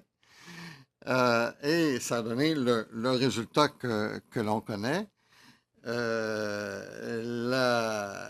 Le Québec et les représentants des Maritimes ont voté pour. Les autres représentants des francophones du Canada ont voté contre. Et puis finalement, tout le monde a compris que le Québec venait de gifler, en fin de compte, le reste de la francophonie, canadienne. Et c'est pour cela que pendant ma carrière politique, j'ai cherché, avec les moyens que j'avais, j'ai cherché à, comment dirais-je, réunifier les francophones du Canada. Et l'un des arguments était justement la dualité linguistique. Parce que pour avoir une dualité, ça vous prend deux ensembles. Un ensemble francophone et un ensemble anglophone. Or, vous n'avez pas deux ensembles si les francophones sont divisés. Vous avez plusieurs ensembles. Alors, pour donner à la dualité linguistique tout son sens, il faut absolument que la francophonie montre, finalement, une unité. Et cette unité-là n'est pas possible si le Québec n'adhère pas au concept, ne se reconnaît pas dans le concept et ne fait pas la promotion du concept, par ailleurs. Time has arrived to do that now. Professor? Thank you. I'm sure Senator Joel won't be surprised to be told that it doesn't take much convincing for a political scientist to be told that public policy is based on the exercise of political power. And absolutely, and I go back to the early speeches of Pierre Trudeau making the case for national language policy, where issuing constitutional principle and arguments in favor of the idea of language rights, he emphasized the fact of Quebec's presence and importance in national politics as a powerful reason for why we should have an official languages act, and it was very a power politics rationale, and it made perfect sense and probably persuaded an awful lot of people of the validity of pursuing that objective. People who study the position of linguistic minorities in various countries around the world typically argue that in order to have a presence and respect for your language in countries, you have to be a substantial linguistic minority, 25% or larger, typically, in order to have national level recognition. Stephanie mentioned the Romanche at 1%. As she well knows, that's very much the exception that proves the rule. That never happens anywhere else. It's just the Swiss and their incredible accommodationist tendency. By the same token, if the percentages are extremely small in different political jurisdictions, one cannot hope for very much to be achieved simply because of the political dynamics within those jurisdictions. So absolutely, I recognize that it's political power drives the position. I think the previous administration at the national level here prior to the Trudeau government is a good illustration of how entrenched that political dynamic is to preserve what is in place, but at the same time, the point that you have to keep pushing to maintain the status quo, let alone advance it, absolutely well taken. And the courts and their approach to the charter language rights have really made an important contribution there. So absolutely, I'm in tune with that. Now, I'd like to kind of segue a little bit to one of the comments that Professor Pelche made about the possibility of thinking about asymmetrical approaches to language entitlements and policy. And I think I would extend cautions on that front. There was a marvelous book published by Paul Sniderman and a group of Peter Russell and several professors back in the 1980s called The Clash of Rights. It is the most comprehensive and thorough study of the Canadian Charter of Rights and Freedoms and public response to it that has been done. Chapter 7 is devoted to language. And one of the interesting things that comes through there is that the support for the existing regime of language rights in Canada among Anglophones in particular is very much driven by the importance of reciprocity is the phrase that they use, but the idea that the rights that one language group has is paralleled by language rights that the other group has. And that really means that when we start moving in asymmetrical directions, we run into the distinct possibility that we will undermine public support for the policy that is in place. So I think that's definitely a consideration that has to be brought to bear about when considering what one wants to do in terms of moving in other directions toward making differentiations that aren't highly developed there. So, 2 points. Yeah. Okay. Merci beaucoup. J'ai deux autres intervenants. J'ai M. Légère et ensuite Mme Brouillette. M. Légère. Merci beaucoup de nous avoir invités ce matin. C'est très, très apprécié de participer à cet événement pour parler de langue française et de langues officielles au Canada. Je suis Jean Légère, je suis directeur général du réseau des cégeps et des collèges francophones du Canada. Alors, j'aimerais remercier, entre autres, les discours passionnés de M. Joyal et M. Pelletier concernant l'ensemble de la francophonie canadienne, le Québec avec les communautés à l'extérieur du Québec, puisque le réseau des cégeps et des collèges francophones joue justement ce rôle-là de communication sur le plan collégial entre les Québécois et les communautés francophones et acadiennes. Un exemple, on a besoin d'un programme de formation postsecondaire collégiale dans une communauté francophone à l'extérieur du Québec. Nos membres du Québec, donc les cégeps, viennent appuyer et vice-versa, évidemment, puisqu'il y a aussi des connaissances, il y a aussi des transferts d'expertise des communautés francophones vers le Québec. Alors, le Québec et les communautés sont vraiment des vases communicants bien plus que sur le plan postsecondaire, sur le plan culturel, sur le plan politique, etc., etc. Donc, je pense que c'est important de renforcer cet aspect-là et je crois qu'il faut aller vers les jeunes en particulier. Il faut essayer de sensibiliser surtout les jeunes du Québec. Je pense que les plus vieux qui ont connu 1968-69 sont déjà au fait de cela, mais je pense qu'il faut miser sur les jeunes. Et justement, au niveau postsecondaire, mobilité étudiante pourrait jouer des rôles à ce niveau-là.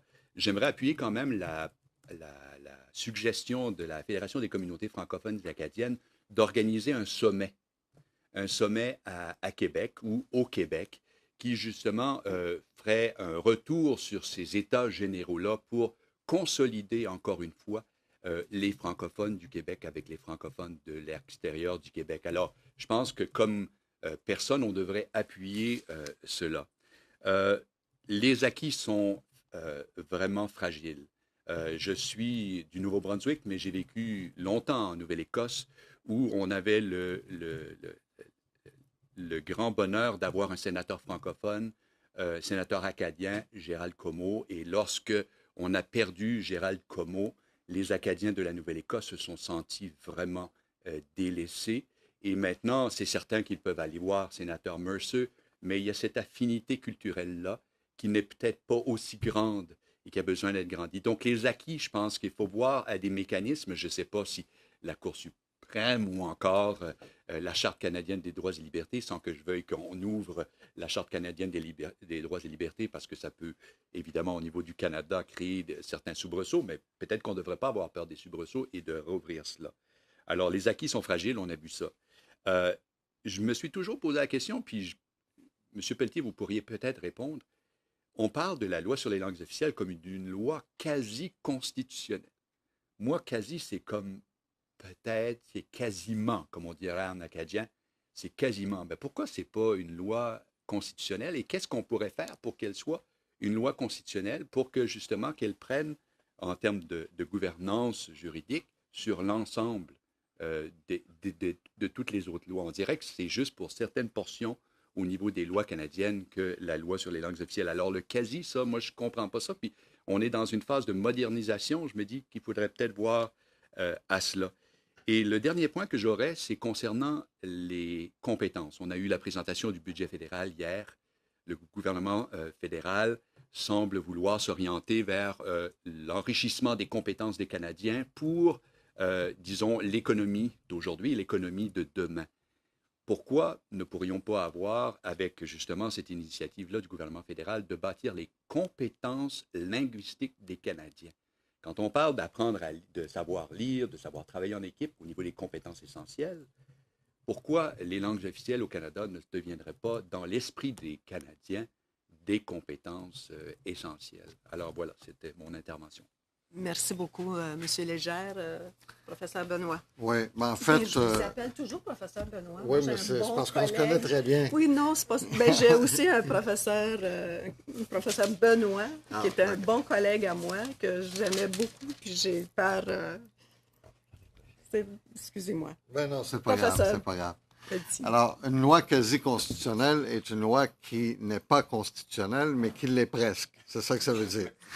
En fait, on pourrait dire que, dans certains cas même, on dit de la loi sur les langues officielles que c'est une loi constitutionnelle, mais il faut faire attention avec cette expression-là. Normalement, une loi constitutionnelle, c'est une loi qui ne peut pas être modifiée par un seul ordre de gouvernement, sauf quelques dispositions constitutionnelles qui, dans certains cas, peuvent être modifiées par le Parlement du Canada ou une législature provinciale. Mais en gros, une loi constitutionnelle ne peut pas être modifiée par un seul ordre de gouvernement. La loi sur les langues officielles a été adoptée par le Parlement du Canada et peut être modifiée par le Parlement du Canada, agissant seul, sans la contribution des provinces, bien entendu. Alors, donc, c'est pour ça qu'on ne dit pas que c'est une loi constitutionnelle à proprement parler. On dit que c'est une loi quasi constitutionnelle. On reconnaît par le fait même sa grande importance dans la société canadienne. Mais au-delà de l'importance, il y a de la loi, il y a la primauté législative. C'est-à-dire que la loi sur les langues officielles a primauté sur les autres lois fédérales. Et en cas d'incompatibilité entre une loi fédérale ordinaire et la loi sur les langues officielles, la loi sur les langues officielles aurait donc prépondérance et entraînerait une déclaration d'inopérabilité de la loi fédérale ordinaire. Cette primauté-là ne vaut cependant que pour les parties 1, 2, 3, 4 et 5. Alors, ce que je disais d'entrée de jeu, c'est que je ne savais pas pourquoi ça ne s'appliquait pas à l'ensemble de la loi, y compris la partie 7, soit dit en passant. C'est une partie très importante de cette loi-là. Mais si on voulait en faire une loi vraiment constitutionnelle, purement constitutionnelle, là, ça demanderait une modification constitutionnelle avec une discussion avec les provinces. Et puisqu'il s'agit de l'usage de l'anglais ou du français au Canada, c'est la procédure de l'unanimité qui s'appliquerait. Alors, aussi bien dire que on doit se contenter de la moderniser par des voies législatives plutôt que par des voies constitutionnelles à proprement parler. Merci. Merci beaucoup. Madame Brouillette. Merci beaucoup pour l'invitation également. Oui. Ah, tu l'as. OK, ça y est. Donc, merci beaucoup pour l'invitation. Ça me fait plaisir d'être ici. Je suis honorée, en fait. Donc, moi, c'est Lynne Brouillette. Je suis la directrice générale de l'Association des collèges et universités de la francophonie. Donc, je représente les 21 collèges francophones et bilingues à l'extérieur du Québec. Ma question porte sur la vitalité, puis... mais je vais commencer en disant... j'ai apprécié les propos sur le poids démographique parce que je pense qu'à la base, c'est ce qui va faire qu'on garde nos services ou non, finalement, et qu'on est capable d'exercer nos droits. Donc, l'assimilation, on sait que c'est très important. En fait, c'est relié directement avec le poids démographique. Pour moi, ce qui semble... ce que je trouve qui est embêtant pour le monsieur, madame, tout le monde, c'est que nos vies ne sont pas en compartiment de ça, c'est compétences provinciales. Tout d'un coup, je vais vers un autre service. Ah, ça, c'est compétences fédérales. Ça fait qu'en principe, je devrais avoir des services en français. Là, je retourne vers autre chose qui est de compétences provinciales. Même je regarde le droit aussi, le droit criminel, c'est compétences fédérales. Donc, en principe, on devrait avoir des services en français. Des fois, c'est administré par la province. Donc, des fois, oui, des fois, non. Il n'y a pas de service en français. Donc, pour monsieur, madame, tout le monde, et dans leur vie de tous les jours, tu t'en vas à un certain comptoir pour des services, tu l'as en français, à l'autre comptoir pour dans une autre sphère de ta vie. Il n'y a pas de question de service en français. Fait qu'à un moment donné, au lieu de se faire rabrouer, tu ne sais même plus si tu peux avoir des services en français ou non. Quel rôle est-ce que vous voyez que le fédéral pourrait jouer avec peut-être justement une loi sur les langues officielles modernisée pour pallier à cette difficulté-là pour monsieur, madame, tout le monde? Est-ce que c'est dans la vitalité? Est-ce qu'il pourrait y avoir un fil conducteur? Ou je ne sais pas. Moi, je brasse cette idée-là depuis un bout de temps. Puis je me dis, comment est-ce que mon père, ma mère, mes frères, qui ne sont pas là-dedans tous les jours, peuvent revendiquer d'une façon, parce qu'on veut que les gens, on veut qu'il y ait une demande active des services en français, parce que c'est ça qui fait qu'il va y avoir une offre active aussi en bout de ligne. Mais comment est-ce que les gens qui ne sont pas là, comme nous là-dedans tous les jours font pour savoir si à un tel comptoir, je peux avoir des services, puis à un autre endroit, je ne peux pas avoir de services? J'aimerais entendre les panélistes là-dessus. Professeur Chouinard, voulez-vous commencer? Ben, il y a une certaine responsabilité, je pense, des deux paliers de gouvernement d'éduquer la population sur leurs droits. Bon, ça peut se faire de plusieurs façons. Évidemment, bon, l'offre active, c'est d'une importance. Je crois qu'on commence à comprendre, on commence à voir les résultats de la mise en œuvre de ces politiques-là sur les demandes. Je sais qu'en Ontario, le presque feu, le commissariat aux services en français, avait fait énormément de travail là-dessus. Mais que l'offre active se soit faite de façon visuelle, que ça soit fait à l'oral, que la population soit mise au courant, que ce ne sera pas un problème de de demander ces services-là. Mais je pense qu'on ne peut pas nécessairement... on ne sera jamais capable de contourner la difficulté des deux ordres de gouvernement au bout du compte. C'est une responsabilité à la fois du gouvernement fédéral et des provinces et ou des territoires de s'assurer que la population sait où et quels services sont offerts dans les deux langues. Merci, professeur Pelletier. Oui, c'est pour ça que dans mon exposé, j'ai parlé de notre réalité fédérative, parce que c'est une dynamique importante quand on parle des langues officielles.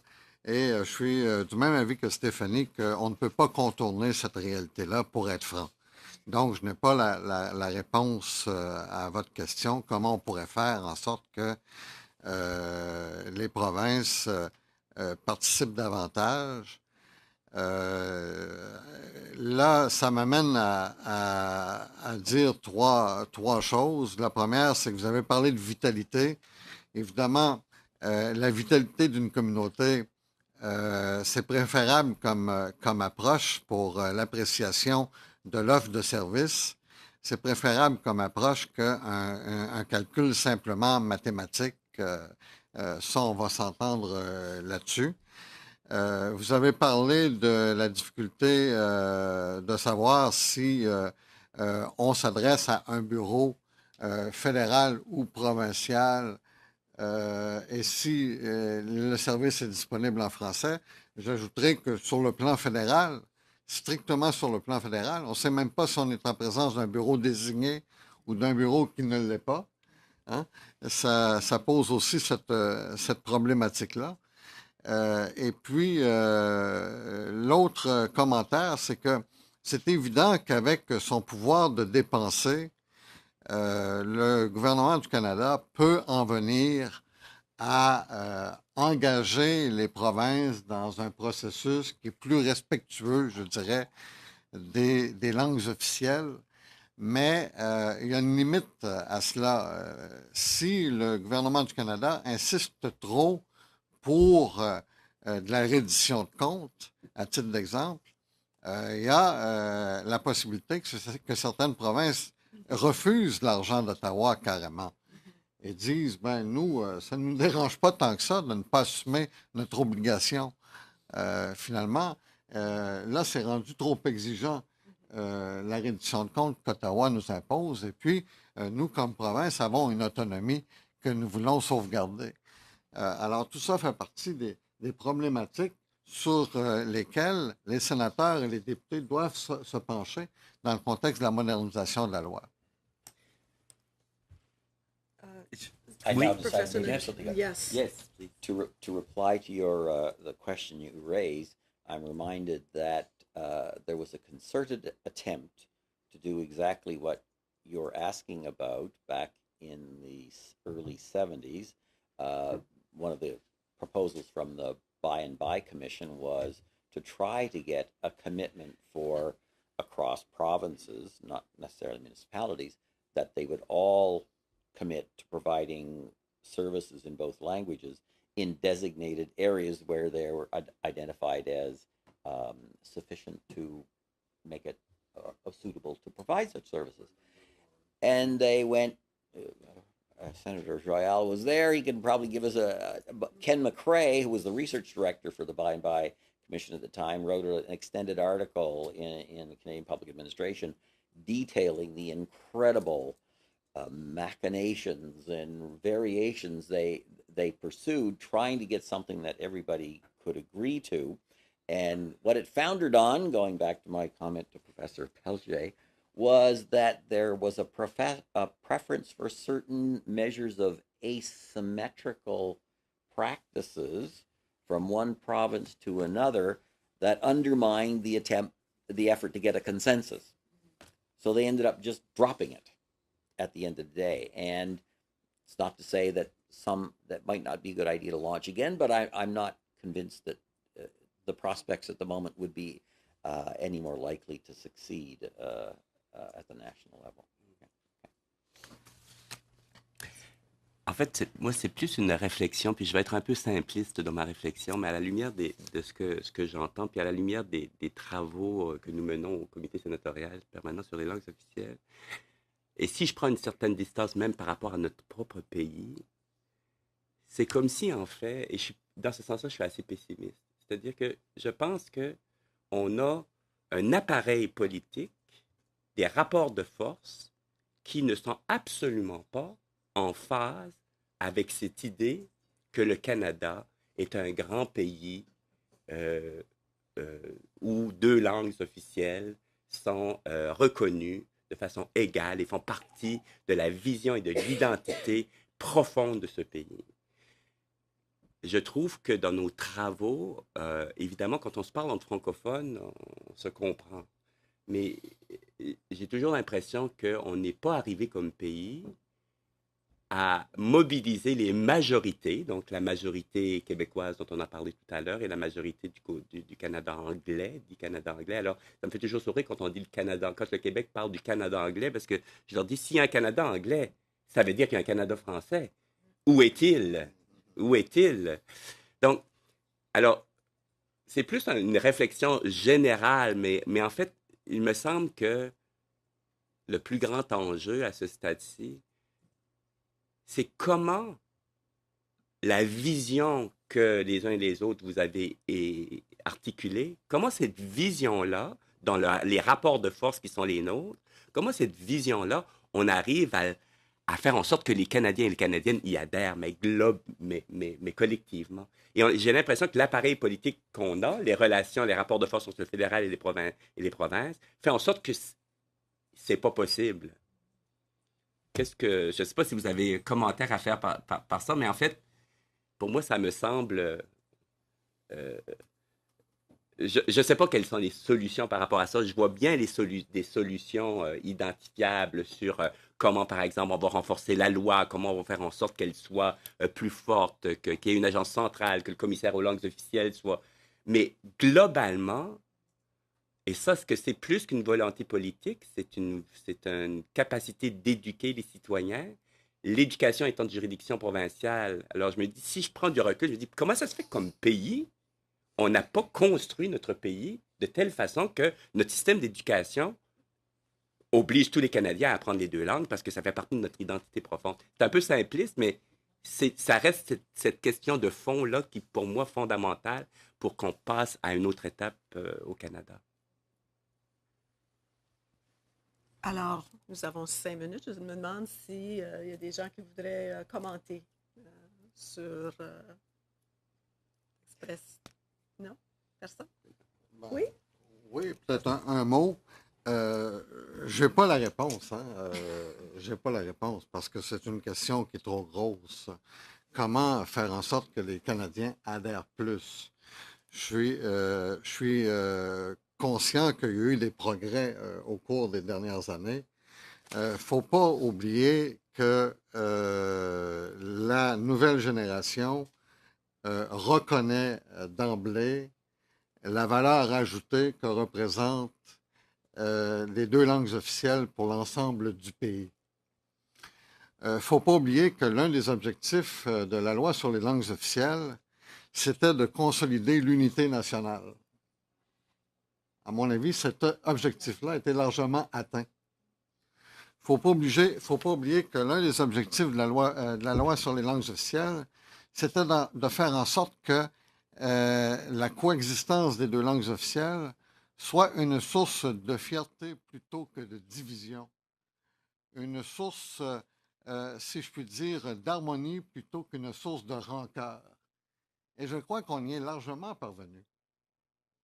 Alors, il y a eu des progrès qui sont appréciables. Là, je crois maintenant qu'il faut continuer, il faut persévérer. Il faut chercher, bien entendu, à ce que la loi soit mieux respectée par les institutions fédérales.